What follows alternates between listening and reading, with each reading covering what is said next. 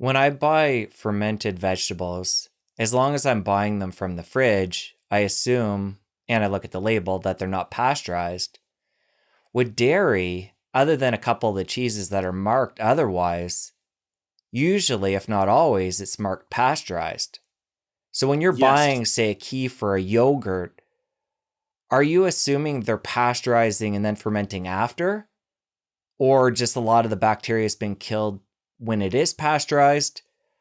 It's always been a question of mine. What are you actually getting from the fermented dairy once they pasteurize it? So I've looked into it. As far as an industry standard goes, it's pre-fermentation. They pasteurize that milk.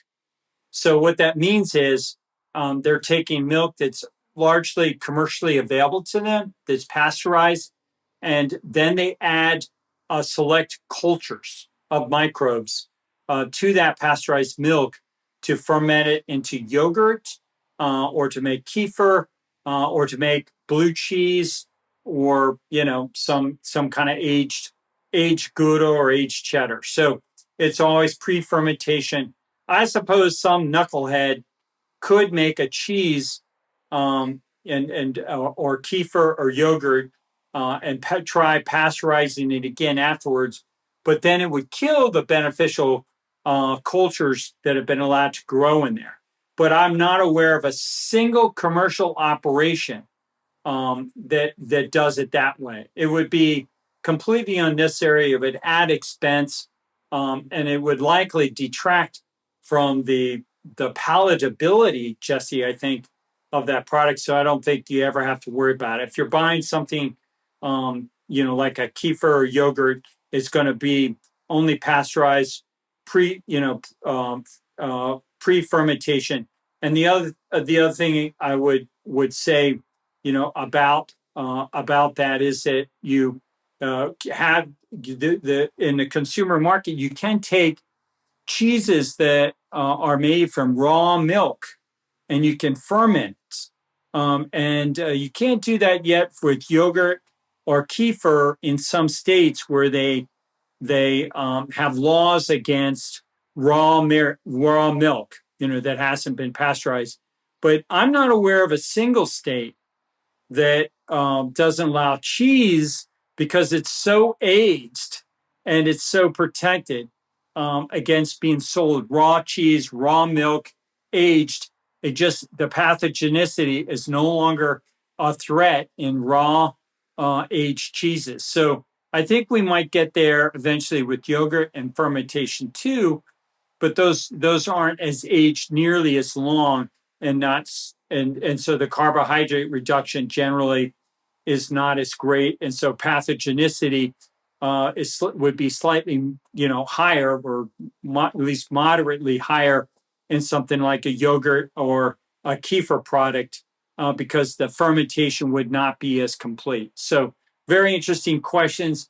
I think, and another point I would just opine on with regard to fermented dairy products as opposed to fermented vegetables is we're seeing some very interesting studies where fermented dairy has some powerful impact on diseases, and particularly like ALS.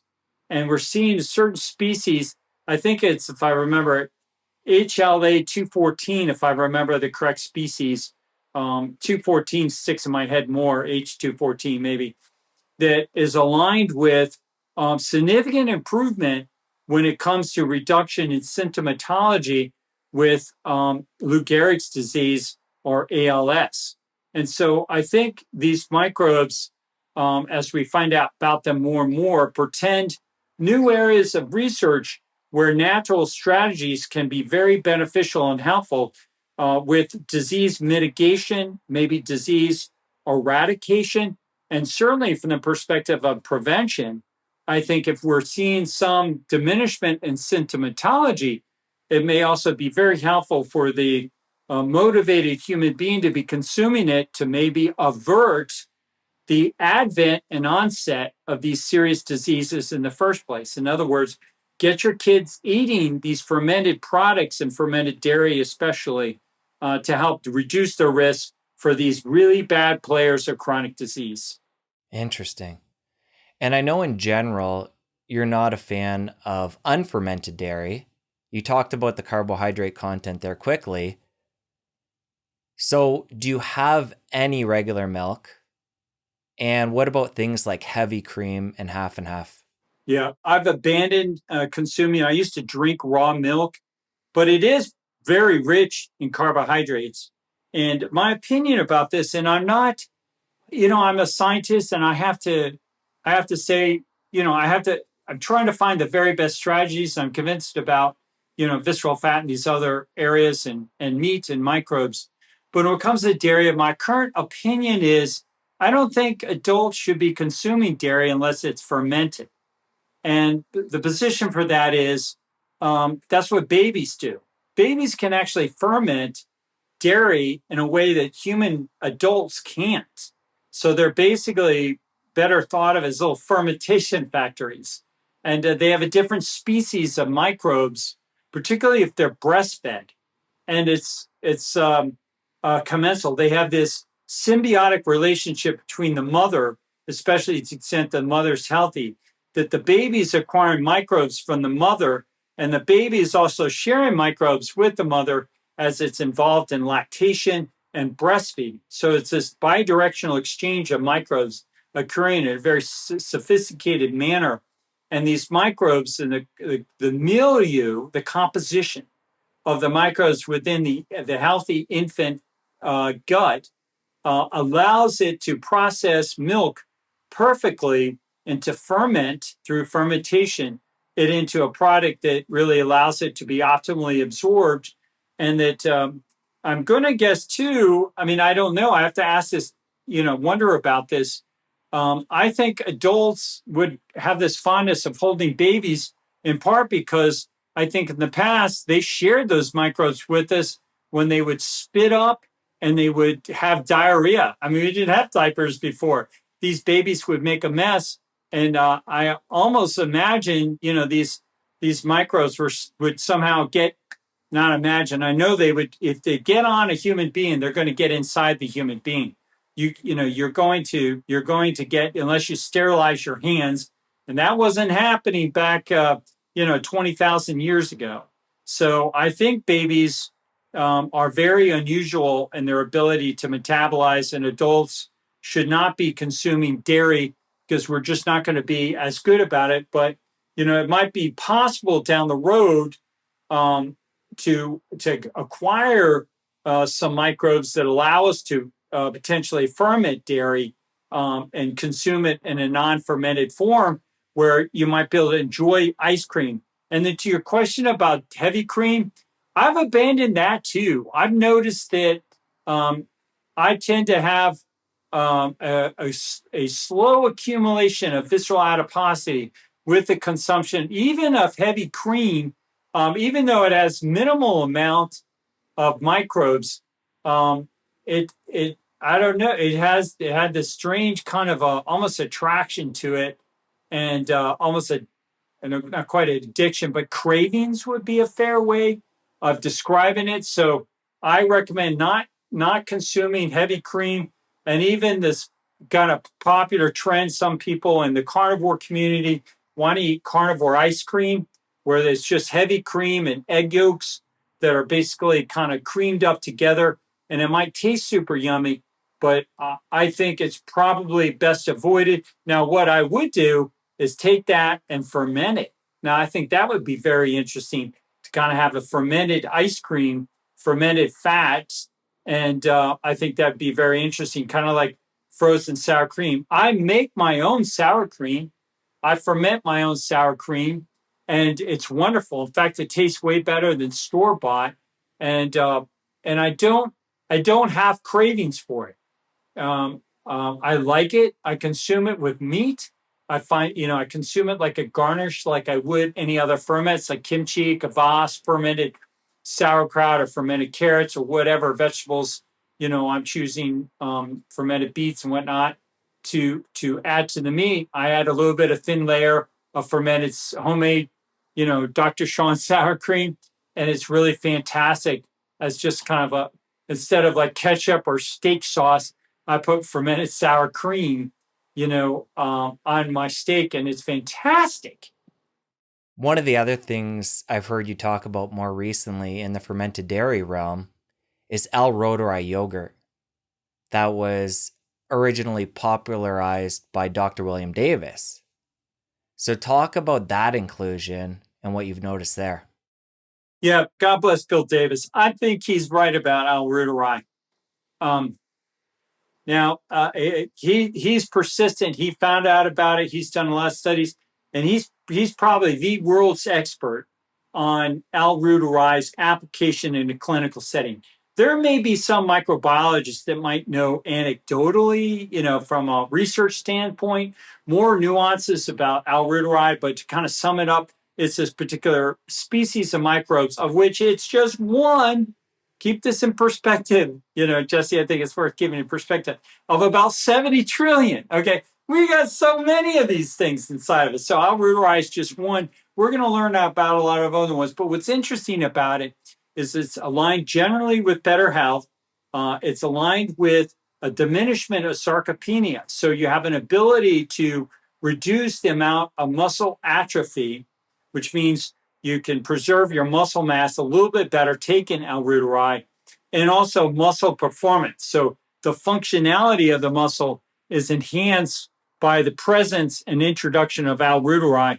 And it also improves the production of oxytocin and nitric oxide. So these other beneficial molecules within body are enhanced in their production, endogenous production within the body. And then it seems to improve in studies empathy. So what it does, it seems to make you a human being with greater empathy. And I would have to say that that's a pretty noble thing. I think we want to care more about humans and nature. If you care more about you're less selfish, and so you're selfless, and you are more inclined to think about your fellow human being, humanity. Nature wants you to stick around more to make positive contributions to society. So anecdotally with me, I'm just going to share it. It's like crazy. I've just found out about this for the past year. I've been doing this Albuterol. And one of the things about me is I am kind of like on the spectrum. So the new term is like neurodivergent.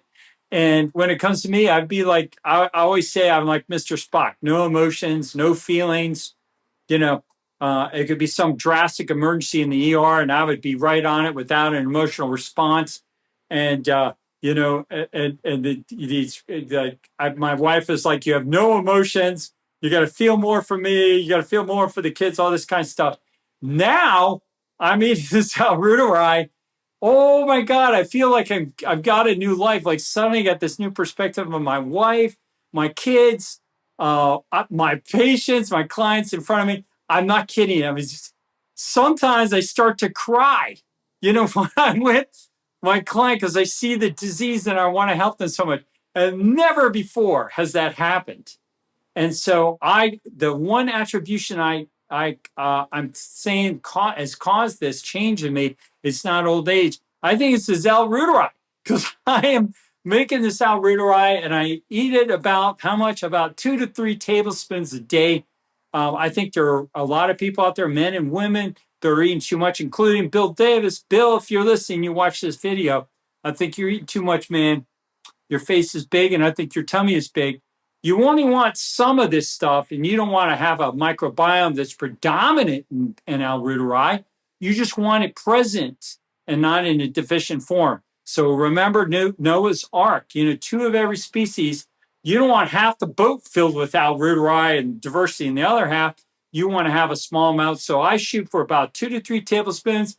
And this has got the old colonel tearing up when I'm talking to people. I love my wife. I love my family. Even I feel it. I've always loved them, but I got this empathy. So give it a try. If you never tried it, Google Bill Davis. He's got lots of recipes. It's so simple.